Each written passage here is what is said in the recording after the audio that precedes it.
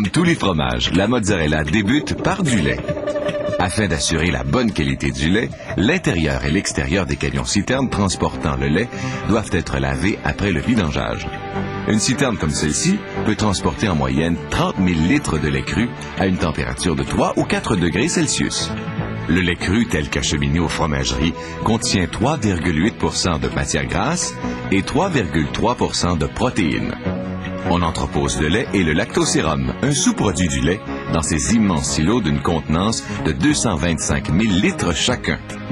La fabrication commence par ce réservoir tampon qui alimente le pasteurisateur. La pasteurisation stérilise une boisson qui peut facilement fermenter. Ce séparateur de lait extrait le surplus de crème pour ajuster le pourcentage de gras selon le type de fromage à fabriquer. Des échantillons de lait sont prélevés afin de connaître avec précision leur teneur en matière grasse et en protéines. Ici, dans ce laboratoire, on effectue les contrôles. Ces éprouvettes contiennent des échantillons de lait et sur ce pétrifilm, on procède aux analyses microbiologiques. La qualité du lait doit être irréprochable. Ceci est un cailleur d'une capacité de 25 000 litres. On y verse le lait et les autres ingrédients essentiels à la fabrication de la mozzarella, dont la présure qui caille le lait. On doit bien brasser et cuire ce mélange. Les agitateurs servent à couper le caillé en tout petits blocs. Cette étape dure environ 30 minutes. La température des cuves dépend du type de fromage qu'on désire fabriquer. Les agitateurs continuent à brasser le lait.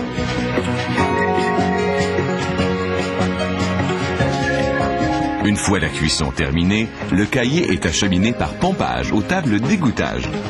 Il y reste environ 25 minutes. Le solide et le liquide sont maintenant bien séparés.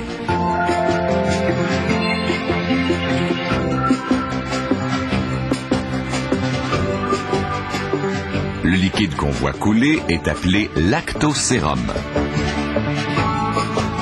Le lactosérum sera par la suite concentré et transformé en sous-produit laitier.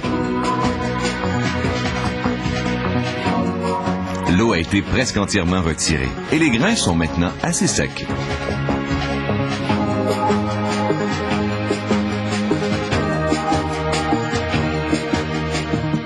Puis, cette grosse pelle automatisée pousse les grains de fromage vers l'étape suivante, soit vers le moulin.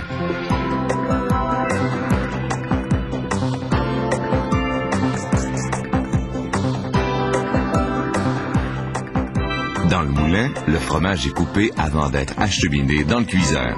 Dernière étape de la fabrication. Cette mozzarella a bien la texture désirée. Le fromage arrive enfin à la mouleuse qui lui donnera la forme requise.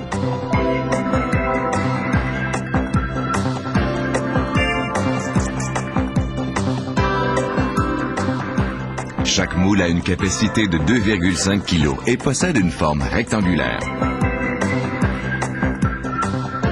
De la saumure, une solution aqueuse de sel, sert à refroidir les blocs de fromage et aussi à les saler. Les blocs de fromage sont démoulés et tombent dans le bac de saumure.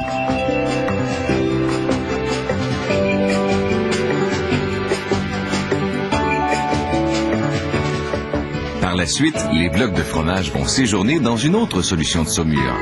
Ils sont acheminés sur ce tapis roulant vers un autre bassin où ils seront immergés durant 4 à 10 heures à une température de 2 degrés Celsius.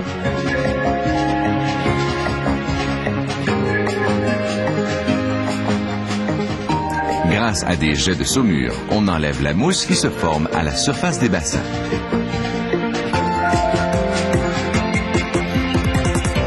Les blocs de fromage sont maintenant emballés sous vide. Les 30 000 litres de lait transportés par le camion-citerne vu au tout début ont permis de fabriquer environ 1400 blocs de mozzarella en seulement 8 à 12 heures.